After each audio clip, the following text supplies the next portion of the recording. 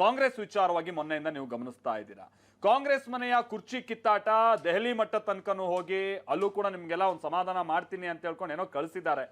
So ಈಗ Congress high command ಅಂತ ಅಂದ್ರೆ AICC ಅಧ್ಯಕ್ಷರು ಮಲ್ಲಿಕಾರ್ಜುನ ಖರ್ಗೆ ಅವರು ಕೆಲ ಖಡಕ್ ಸಂದೇಶಗಳನ್ನ ಎರಡೂ ಬಣದ ನಾಯಕರುಗಳಿಗೆ ಹೋದಲ್ಲಿ ಬಂದಲ್ಲಿ ಮಾತನಾಡ್ತಾ ಇರೋರಿಗೆ ರವಾನಿಸಿದ್ದಾರೆ ಅನ್ನುವಂಥದ್ದು ಗೊತ್ತಾಗ್ತಾ ಇದೆ. ಒಗ್ಗಟ್ಟಿನ ಪಾಠ ಮಾಡಿದ್ದಾರೆ.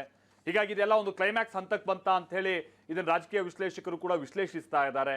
ಏನಾಗ್ತಾ ಇದೆ ಬನ್ನಿ, ಮಲ್ಲಿಕಾರ್ಜುನ ಖರ್ಗೆ ಅವರು ಕೊಟ್ಟಿರುವಂತಹ ಖಡಕ್ ಸಂದೇಶ ಏನಾದ್ರೂ ಬದಲಾವಣೆಗಳಿಗೆ ಕಾರಣ ಆಗ್ಬೋದಾ ಅಥವಾ ಇದು ಯಥಾ ಪ್ರಕಾರವಾಗಿ ಮುಂದುವರ್ಕೊಂಡು ಹೋಗುತ್ತಾ, ಏನ್ ಕತೆ ಬನ್ನಿ ರಿಪೋರ್ಟ್ ಅಲ್ಲಿ ನೋಡ್ಕೊಳ್ಳೋಣ.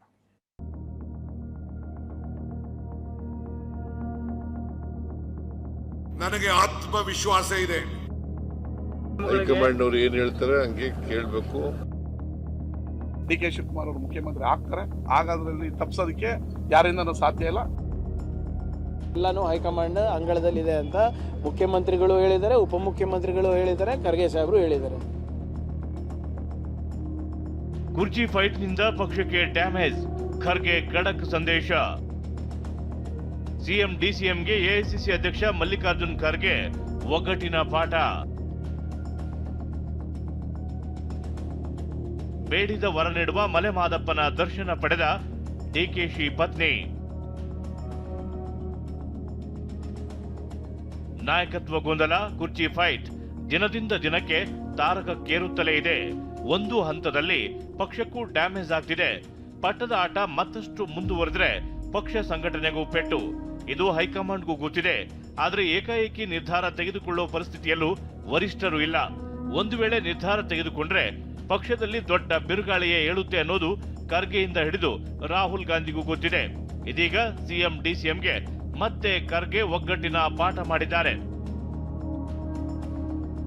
ಹೌದು, ಕಳೆದ 2-3 ದಿನಗಳಿಂದ ಬೆಂಗಳೂರಿನಲ್ಲೇ ಬೀಡು ಬಿಟ್ಟಿರುವ AICC ಅಧ್ಯಕ್ಷ ಮಲ್ಲಿಕಾರ್ಜುನ್ ಖರ್ಗೆ ಪಕ್ಷದಲ್ಲಿನ ಎಲ್ಲಾ ಬೆಳವಣಿಗೆಯನ್ನ ಗಮನಿಸುತ್ತಿದ್ದಾರೆ. ಏನೆಲ್ಲ ಆಗ್ತಿದೆ ಅಂತ ಗ್ರೌಂಡ್ ರಿಪೋರ್ಟ್ ತರಿಸಿಕೊಂಡಿದ್ದಾರೆ. ಇದರ ಬೆನ್ನಲ್ಲೇ ಸಿಎಂ DCM ಎದುರೇ ಖರ್ಗೆ ಒಗ್ಗಟ್ಟಿನ ಪಾಠ ಮಾಡಿದ್ದಾರೆ. ಅದೇನು ಅನ್ನೋ ಇನ್ಸೈಡ್ ಮಾಹಿತಿಯನ್ನೇ ಹೇಳ್ತೀವಿ ನೋಡಿ.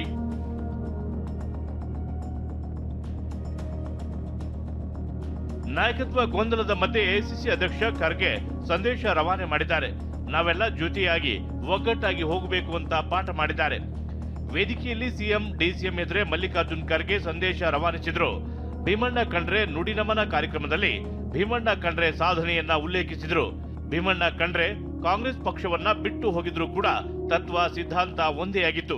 ಹೀಗಾಗಿ ನಾವೆಲ್ಲ ಒಗ್ಗಟ್ಟಿನಿಂದ ಇರಬೇಕು ಅಂತ ಖರ್ಗೆ ಬೋಧನೆ ಮಾಡಿದ್ರು. ಇದಿಷ್ಟೇ ಅಲ್ಲ, ವೇದಿಕೆಯ ಕಾರ್ಯಕ್ರಮದಲ್ಲಿ ಸಿಎಂ DCM ಎದುರೇ ಬಸವಣ್ಣನ ವಚನ ಹೇಳಿ ಖರ್ಗೆ ಒಗ್ಗಟ್ಟಿನ ಪಾಠ ಮಾಡಿದ್ರು.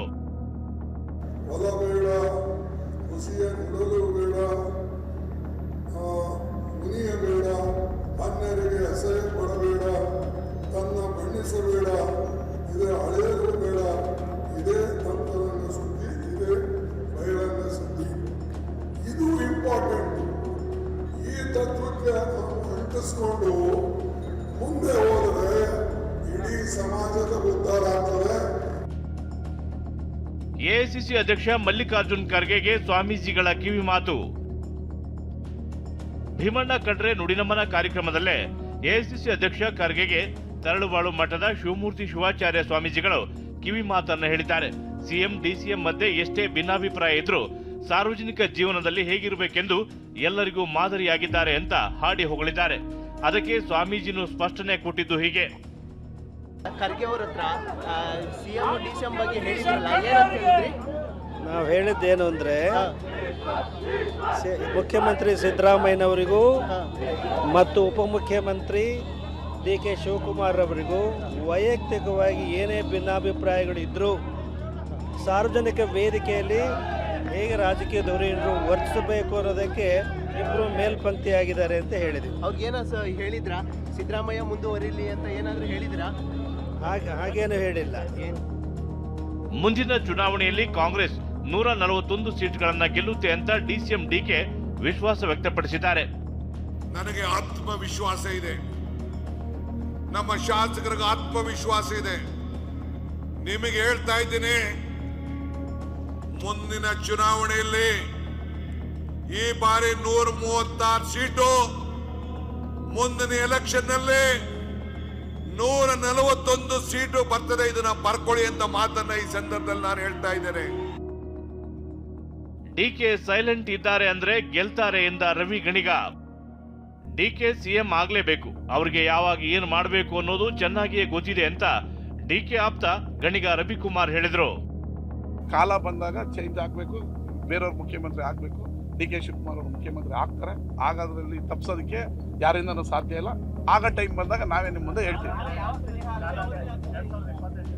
28ಕ್ಕೆ ಆಗುತ್ತಾ, 26ಕ್ಕೆ ಆಗುತ್ತಾ, ಫೆಬ್ರವರಿಗೆ ಆಗ್ತಾರ, ಏಪ್ರಿಲ್ಗೆ ಆಗ್ತಾರ, ಮಾರ್ಚ್ಗೆ ಆಗ್ತಾರ, ಹಣೆಯಲ್ಲಿ ಬರ್ದಿರ್ಬೇಕಲ್ಲ, ಅವತ್ತು ಹಾಗೆ ಆಗ್ತಾರೆ. ಡಿ ಕೆ ಅವರು ನನಗಿಂತ ನಿಮಗಿಂತ ಅನುಭವಸ್ಥರು, 40 ವರ್ಷ ರಾಜಕಾರಣವನ್ನ ಅರ್ದು ಕುಡಿದಿದ್ದಾರೆ. ಯಾವಾಗ ಯಾವ ಪಾನ್ನ ಮೂವ್ ಮಾಡಿದ್ರೆ ಗೇಮ್ನ ಗೆಲ್ಲಬಹುದು ಅನ್ನೋ ರಾಜಕೀಯ ತಂತ್ರಗಾರಕ ಚಾಣಕ್ಯತನ ಅವರಲ್ಲಿದೆ.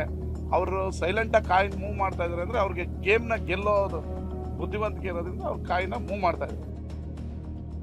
ಏನೇ ಆದ್ರೂ ಹೈಕಮಾಂಡ್ ಫೈನಲ್ ಅಂತ ಕೆಲ ಸಚಿವರು ತಮ್ಮ ಅಭಿಪ್ರಾಯ ವ್ಯಕ್ತಪಡಿಸಿದ್ರು.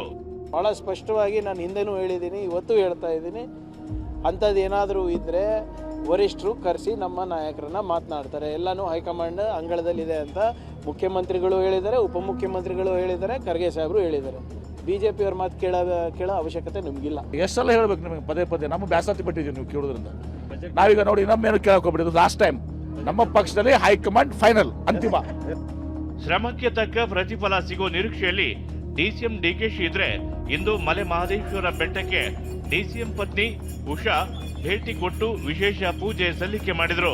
ಬೇಡಿದ ವರ ನೀಡುವ ಮಲೆ ಮಾದಪ್ಪನ ದರ್ಶನ ಪಡೆದ ಡಿಕೆಶಿ ಪತ್ನಿ ಬಳಿಕ ಸಾಲೂರು ಮಠಕ್ಕೆ ಭೇಟಿ ಕೊಟ್ಟು ಶ್ರೀಗಳ ಆಶೀರ್ವಾದ ಪಡೆದರು. ನಾಯಕತ್ವದಲ್ಲಿ ಆಗ್ತಿರುವ ಬೆಳವಣಿಗೆಯನ್ನೇ ಹೈಕಮಾಂಡ್ ಗಮನಿಸುತ್ತಿದೆ. ಕೈ ಮನೆಯಲ್ಲಿನ ಬೆಳವಣಿಗೆ ನೋಡ್ತಿದ್ರೆ ಫೆಬ್ರವರಿ 17ರ ನಂತರ ಕ್ಲೈಮ್ಯಾಕ್ಸ್ ಬಿರುಗಾಳಿ ಬೀಸುತ್ತಾ ಅನ್ನೋ ಕುತೂಹಲ ಎಲ್ಲರಿಗೂ ಕಾಡ್ತಿದೆ. Bureau report, TV9.